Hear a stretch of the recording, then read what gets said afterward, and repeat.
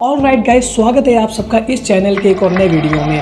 हरियाणा और जम्मू कश्मीर विधानसभा चुनाव के इलेक्शन के रिजल्ट आ गए हैं और एक बार फिर से जम्मू में नेशनल कॉन्फ्रेंस और कांग्रेस की जो एलाइज है, जो गठबंधन है, वो सरकार बनाने जा रहा है। मैं हैरान हूँ। वहीं हरियाणा में अनएक्सपेक्टेड रिजल्ट आए हैं और कांग्रेस को एक बार फिर से हार का सामना करना पड़ा है। वहीं बीजेपी तीसरे टर्म के लिए सरकार बनाने जा रही है। क्या कारण है? वैसे हरियाणा विधानसभा चुनाव के रिजल्ट ने सबसे ज़्यादा लोगों को आश्चर्यचकित किया है और इलेक्शन खत्म होते ही जो मीडिया हाउस के द्वारा एग्जिट पोल का जो खेल चलता है, उन सभी की नौकरी जाने वाली है। और आज मैं सबसे पहले बात करने वाला हूं एक्सिस माई इंडिया के प्रदीप गुप्ता जी की, जो कि कल जिता रहे थे कांग्रेस को, वो भी 65 सीटें तक दिला रहे थे। उनका कहना था कि यदि बीजेपी के अलावा जो दूसरी पार्टीज है उनका वोट कटेगा तो हो सकता है कांग्रेस 65 सीट जीत जाए, लेकिन ऐसा कुछ होता हुआ नजर नहीं आ रहा है क्योंकि उनका जो एग्जिट पोल था वो एक बार फिर से गलत साबित हो गया है। मगर क्यों? ऐसा ही कुछ उनके साथ हुआ था जून 2024 में, जब लोकसभा इलेक्शन के रिजल्ट आए थे और उन्होंने ये कहा था कि एनडीए जो है 350 सीट जीत सकता है, लेकिन हुआ यूं कि वो 291 के आसपास सिमट के रह गया और बीजेपी को केवल 240 सीटें मिली।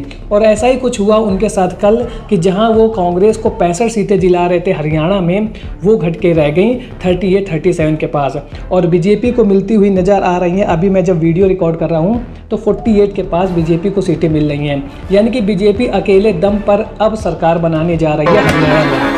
लेकिन ऐसा हुआ क्या कि 10 साल की एंटी इनकम्बेंसी के बाद भी बीजेपी एक बार फिर से हरियाणा पे अपनी सरकार बना ले गई और उसका सबसे बड़ा कारण यह कि कांग्रेस ने इस बार हरियाणा विधानसभा के चुनाव को जाट वर्सेस नॉन जाट के बीच के नैरेटिव को सेट कर दिया। यानी कि पूरे चुनाव प्रचार के दौरान ऐसा ही लग रहा था कि ये जो इलेक्शन हो रहा है, एक तरफ है पूरी नॉन जाट कम्युनिटी और दूसरी तरफ है जाट कम्युनिटी।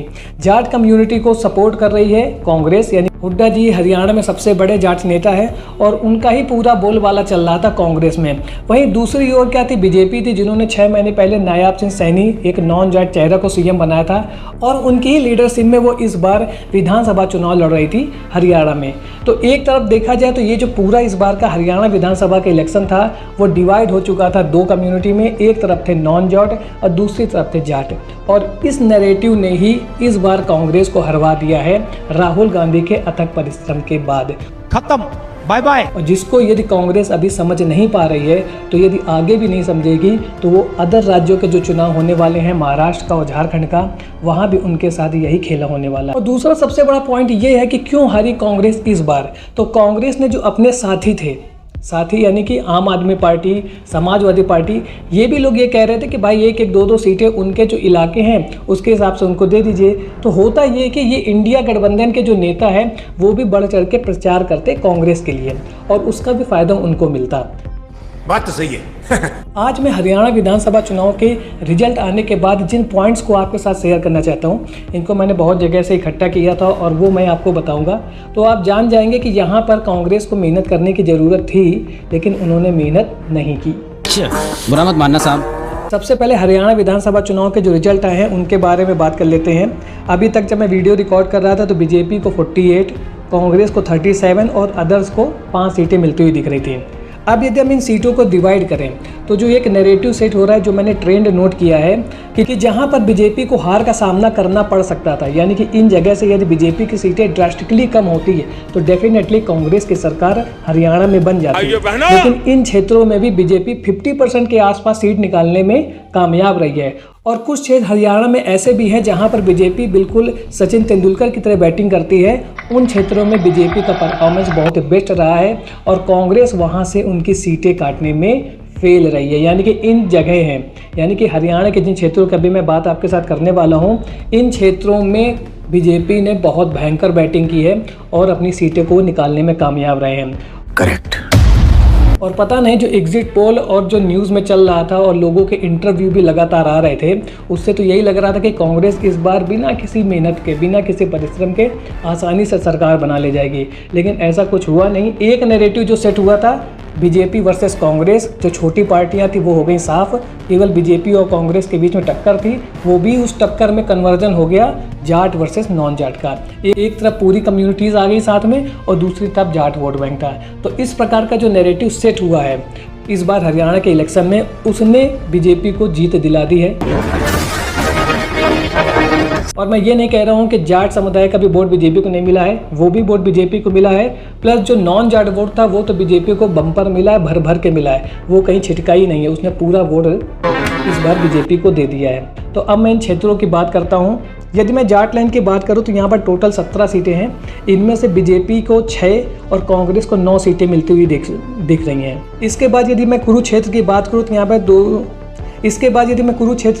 तो यहाँ पर टोटल 27 विधानसभा सीट हैं, इनमें से बीजेपी 15 और कांग्रेस 12। यहाँ पर मतलब देखते जाइए 50-50% का है। इसके बाद अहिरवाल क्षेत्र जो है वो हरियाणा का अहिर बाहुल क्षेत्र है, यानी कि हम ये बोल सकते हैं कि यहाँ पर जो हमारे यादव कम्युनिटीज़ है, यादव भाई हैं, उनकी जनसंख्या सबसे ज़्यादा है, उनकी संख्या बल सबसे ज़्यादा है और उन्होंने आंख बंद करके बीजेपी को वोट दिया है। इस क्षेत्र में यदि हम देखें तो टोटल 28 सीट है और 28 में से 21 सीटें बीजेपी जीत करके ले जा रही है और कांग्रेस को केवल मिली हैं 7। तो ये जो 21 सीटें हैं उन्होंने ही पूरा खेल पलट दिया है और वो हैं हमारे यादव भाइयों, जिन्होंने अपना पूरा वोट दिया है एक तरफा बीजेपी को। और वहीं से ही कांग्रेस का जो 10 साल बाद चुनाव जीतने का सपना था वो टूट गया है। वैसे लोकसभा इलेक्शन में भी इस क्षेत्र ने बीजेपी का पूरा साथ दिया था। हम तुमसे सहमत हैं। इसके बाद यदि हम बांगड़ क्षेत्र की बात करें तो यहाँ पर 18 सीटें हैं और इन 18 सीटों में बीजेपी 6 और कांग्रेस 9 सीटें जीतने में कामयाब रही है। अब मैं बात करने वाला हूँ जाटलैंड की यदि हम बात करें तो यहाँ पे 17 सीटें थी, 17 में से बीजेपी 6 और कांग्रेस 9 सीटें जीत पाई है।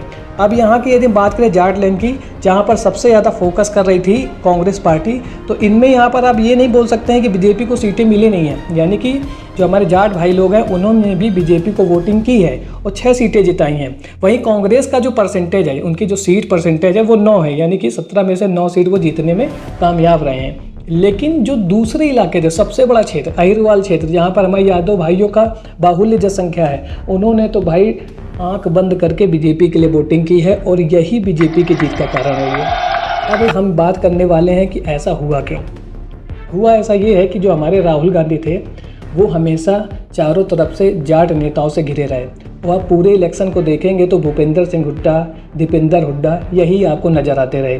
वहीं दूसरी ओर कुमारी सैलजा जो एक दलित नेता हैं और चुनाव के दौरान हमें ये दिख रहा था कि वो नाराज़ चल रही हैं और राहुल गांधी ने रैली के दौरान भी भूपेंद्र सिंह हुड्डा और सैलजा जी के हाथ को मिलाया। जनता के बीच में एक ये नैरेटिव सेट करना चाह रहे थे कि हमारे बीच में ऐसी कोई दिक्कत नहीं है, सब चंगा से चल रहा है, कोई दिक्कत नहीं है, सब बढ़िया है।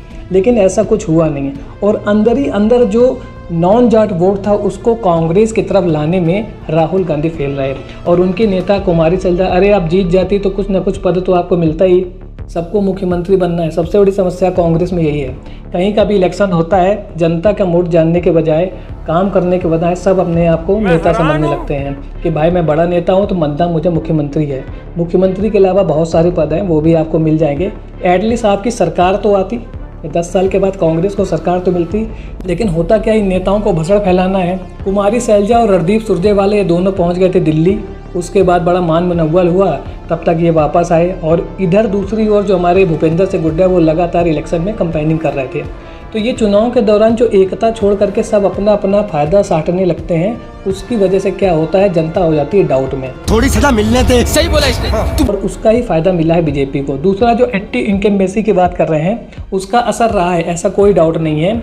लेकिन जो इन्होंने एक नैरेटिव सेट कर दिया जाट वर्सेस नॉन जाट का, जो इस बार बहुत भयंकर चला है, आप देखते जाइए छोटी पार्टियां तो साफ ही हो गई हैं। जेजेपी का कोई सीट ही नहीं आ रहा, या तो 1-2 सीट मिलेगी और दूसरी जो पार्टी है इनलो, उसको भी 1-2 सीटें मिल रही हैं। यानी कि ये जो दूसरी अदर पार्टीज़ हैं, छोटी रीजनल पार्टीज़, ये जो तोड़ फोड़ के बनती हैं, इनको तो जनता ने साफ कर दिया, साइड लगा दिया।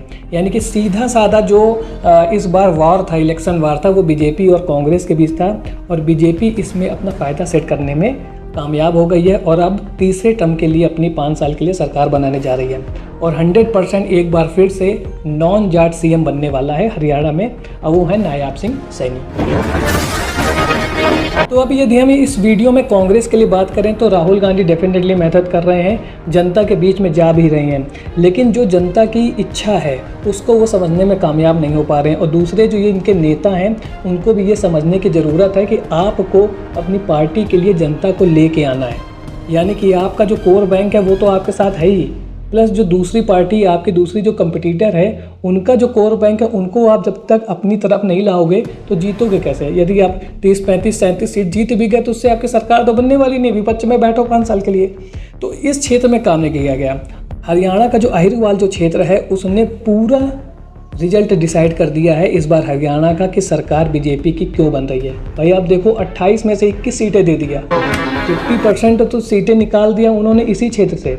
और दूसरे भी जो क्षेत्र से वहाँ से बहुत ज़्यादा घाटा बीजेपी को हुआ नहीं, 50% वो काम करके ले गए। लेकिन ये जो क्षेत्र था उसने तो सब कुछ बदल करके रख दिया।